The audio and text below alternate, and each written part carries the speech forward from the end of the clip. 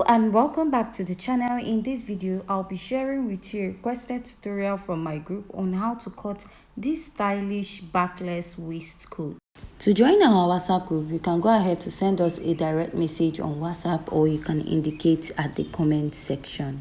So this dress actually has a button allowance, but I did not add that now because I get questions regarding when I'm drafting a shirt if the button allowance is also part of the measurement. So I'll be adding that much later so that this pattern will not be very confusing.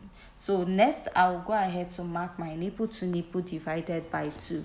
So my nipple to nipple is 7 inches divided by 2, and I'll go ahead to mark it, which is 3.5. And after I'm done marking that, I'll go ahead to use my ruler place, and I'm going to connect this all the way to the lower part of this pattern. Now you want to go ahead and mark your dart. I'll be marking a basic dart of 1/2 inch on both sides of my pattern. I'll come down by 1 inch from my bust, and I'll go ahead to connect this all the way to the upper part of my pattern this way. After I'm done marking that, I'll go ahead to extend my dart all the way to the lower part of my pattern. After marking out, I'll use my marker to outline, and the next step is to insert my body measurement. I'll go ahead to mark my bust circumference divided by 4 and add my sewing allowance of 1 inch. Mark my under bust circumference divided by 4, measure this small dart, replace it and add 1 inch for my sewing allowance. Mark my waist circumference divided by 4, measure the 1 inch dart, replace and add 1 inch for sewing allowance. So whatever I have at the waist, I'll extend it to the lower part, but when I'm extending it, I'll tilt it down.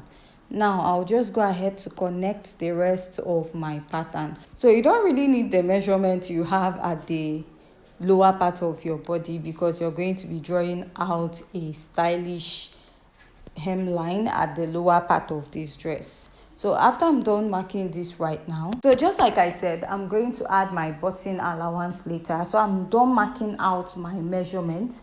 So I'll just rule out that the line where I joined this to the pattern paper to another pattern paper, which is the center.